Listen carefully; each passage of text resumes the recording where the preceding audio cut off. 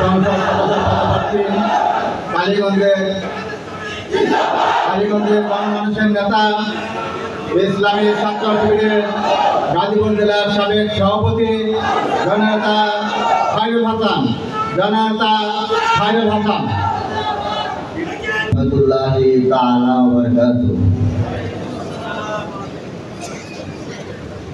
শহীদ কাফেলা বাংলাদেশের 16 কোটি মানুষের হৃদয়ের স্পন্দন, মুক্তিকামী জনতার আশা আকাঙ্ক্ষার স্থল।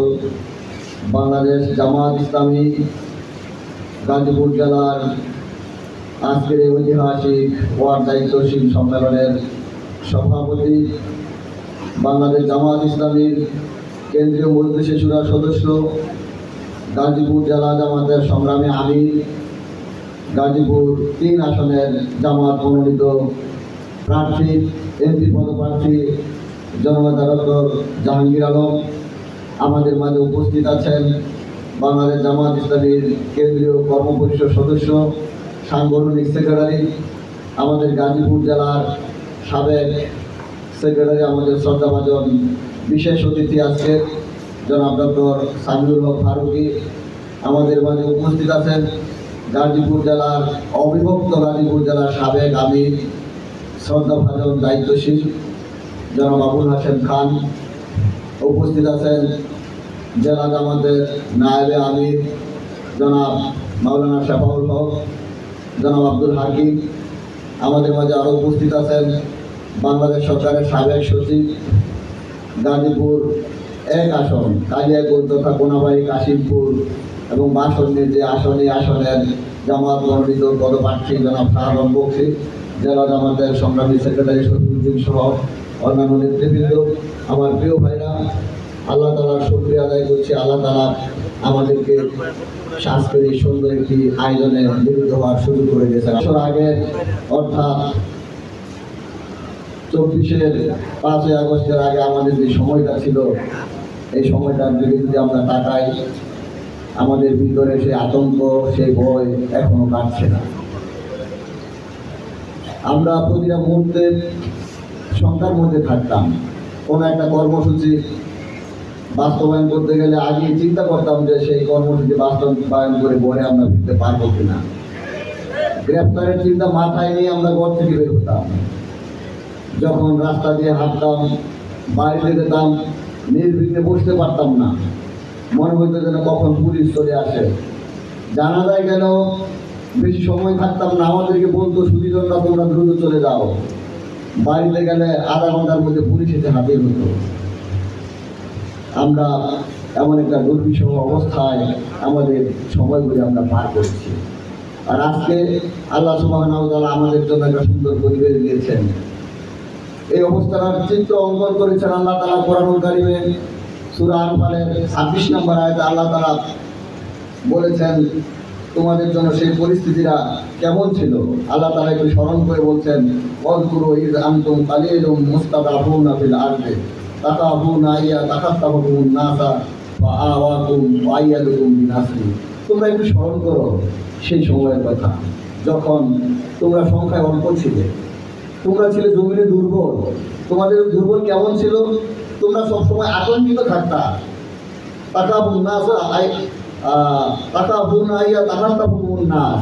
তোমাদের প্রতিপক্ষ মানুষ, শত্রুরা তোমাদেরকে নিমিষে শেষ করে দিবে। তোমরা এমন একটা ভয় এবং আতঙ্কের মধ্যে থাকতা। প্রিয় ভাইরা, সেই সময়টা কি আমাদের এরকম ছিল না?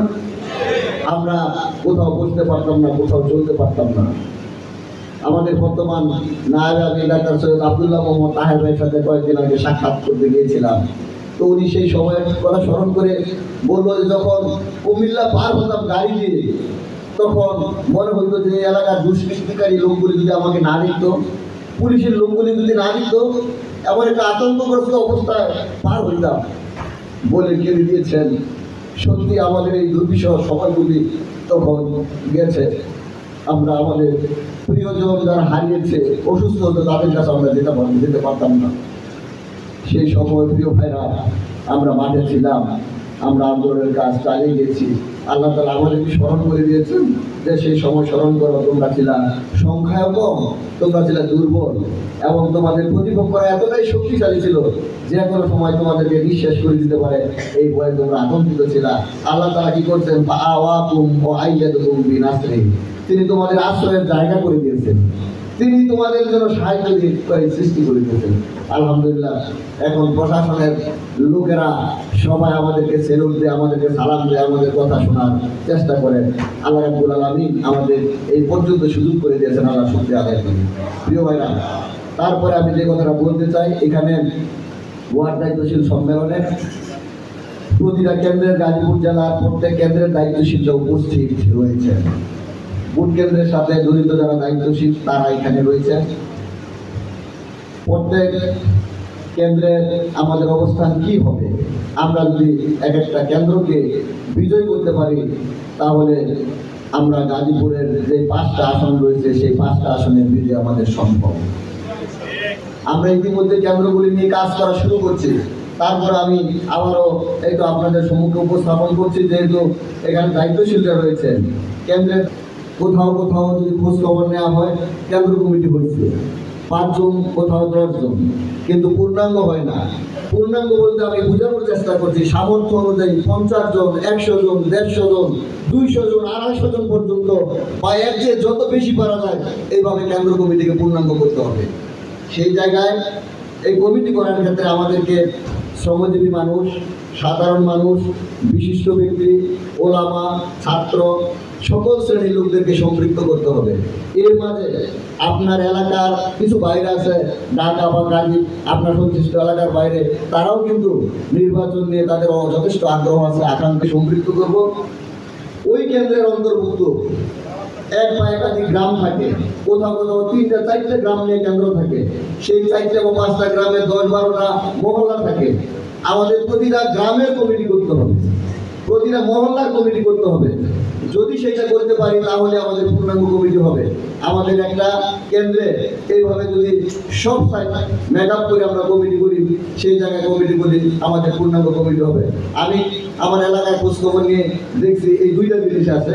কোনো কোনো জায়গায় আলহামদুলিল্লাহ এমনও দেখছি এক কেন্দ্রে 461 জনের কমিটি হয়েছে, সেখানে 3টা গ্রাম আর 10টা মহল্লা সব জায়গায় কমিটি হয়েছে। আবার কোথাও কোথাও কমিটি হয়েছে, ওই যে দায়িত্বশীলরা গিয়া 5 বা 10 জনের সদস্য কমিটি করে দিয়েছে, ওই পর্যন্ত উনি আছে, ওই যে ওনার কমিটি হয়েছে। তাহলে 2 কমিটির মধ্যে কি পার্থক্য আছে না? আমরা চাই যেভাবে প্রত্যেকটা কেন্দ্রের প্রতিটা গ্রাম মহল্লার কমিটি নিশ্চিত করা।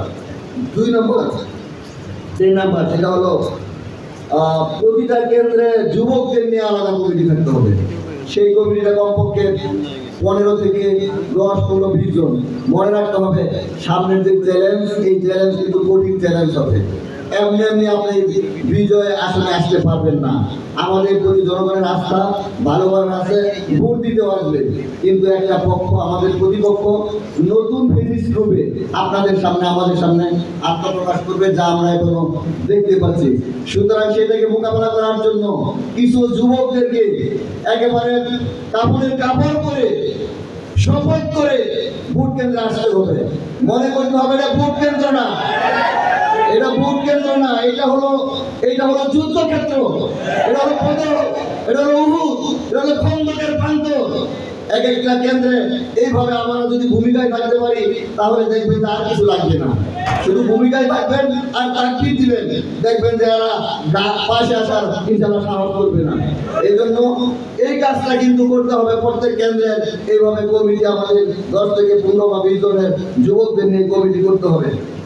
তারপরে পুলিং এজেন্টের কথা আমরা অনেক আগে থেকে বলে আসছি। পুলিং এজেন্ট এটা এখনো যদি না হয়ে থাকে, পুলিং এজেন্ট একটা কেন্দ্রে যতটা বুথ আছে আমরা বলছি যে কমপক্ষে এর দ্বিগুণ। যদি 10টা বুথ থাকে 20 জন পুলিং এজেন্ট, যদি 5টা বুথ থাকে 10টা পুলিং এজেন্ট। একটা কেন্দ্রে যত বুথ আছে কমপক্ষে দ্বিগুণ পুলিং এজেন্ট আমাদেরকে করতে হবে, এবং এটা এখনই করা দরকার। যেসব জায়গায় ভয় নাই, এই কাজগুলি আমাদের দ্রুত সম্পন্ন করতে হবে।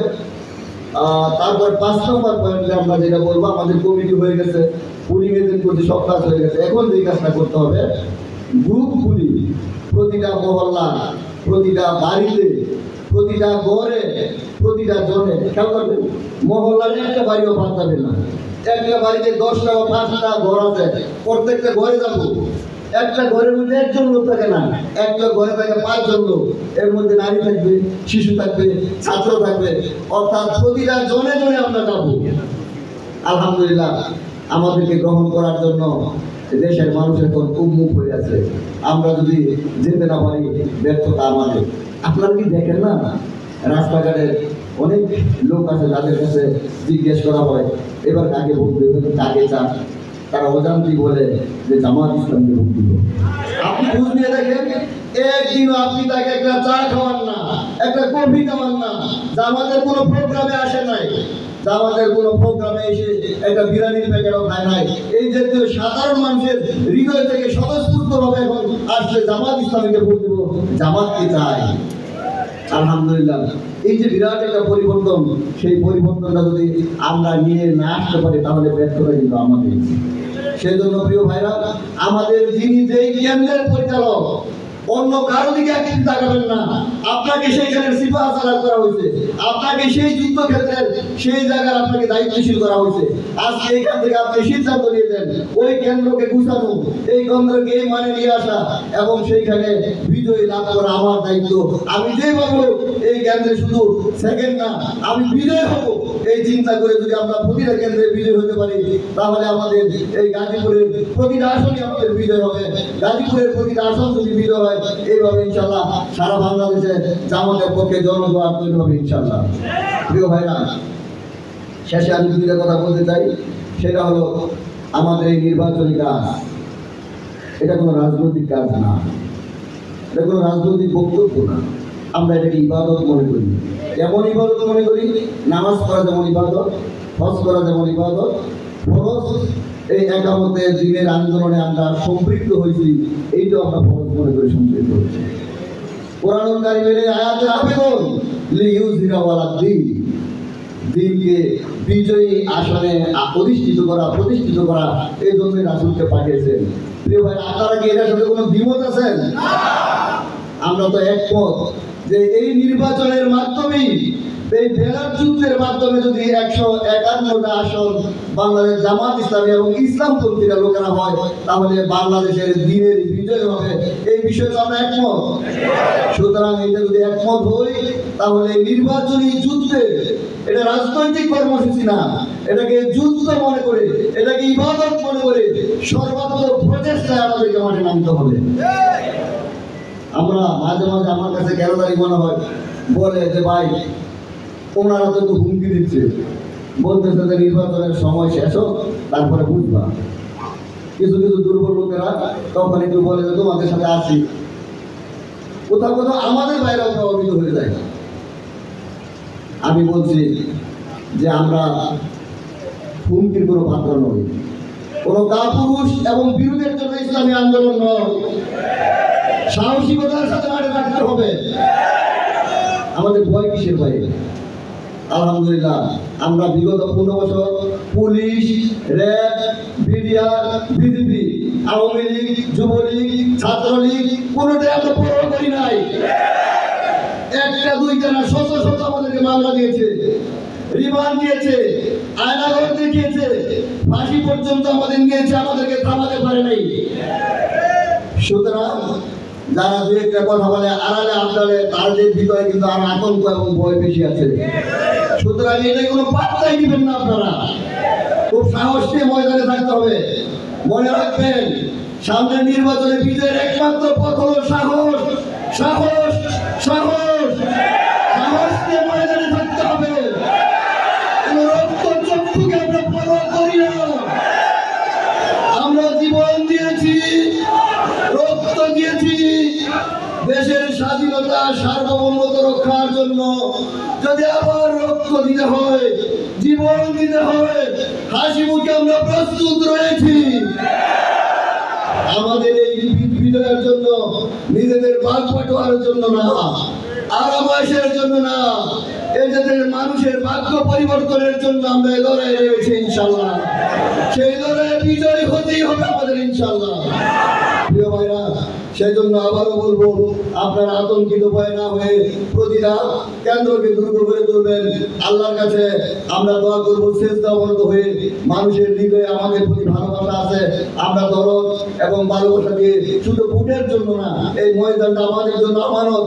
আল্লাহ তাআলা সুযোগ করে দিয়েছেন, যতদিন আমরা সুযোগ পাবো দিনের দাওয়াতকে, ইসলামের দাওয়াত, ইসলামের সুমহান সৌন্দর্য দাওয়াত, ন্যায় ইনসাফের দাওয়াত, আগামী দিনের সুন্দর বাংলাদেশ গড়ার দাওয়াত। সর্বোপরি আমাদের এই গাজীপুরে আমরা নির্বাচনের মাধ্যমে রাজি হব, এই প্রত্যয় এবং প্রত্যাশা ব্যক্ত করে সকলকে আন্তরিক অভিনন্দন জানিয়ে সুস্বাস্থ্য কামনা করে আমার কথা শেষ করছি। খোদা হাফেজ। বাংলাদেশ জিন্দাবাদ, বাংলাদেশ জামাত ইসলামী জিন্দাবাদ, গাজীপুর জেলা জিন্দাবাদ। আজকের সম্মেলন সফল এবং সার্থক হোক। আসসালামু আলাইকুম ওয়া রাহমাতুল্লাহি ওয়া বারাকাতুহু।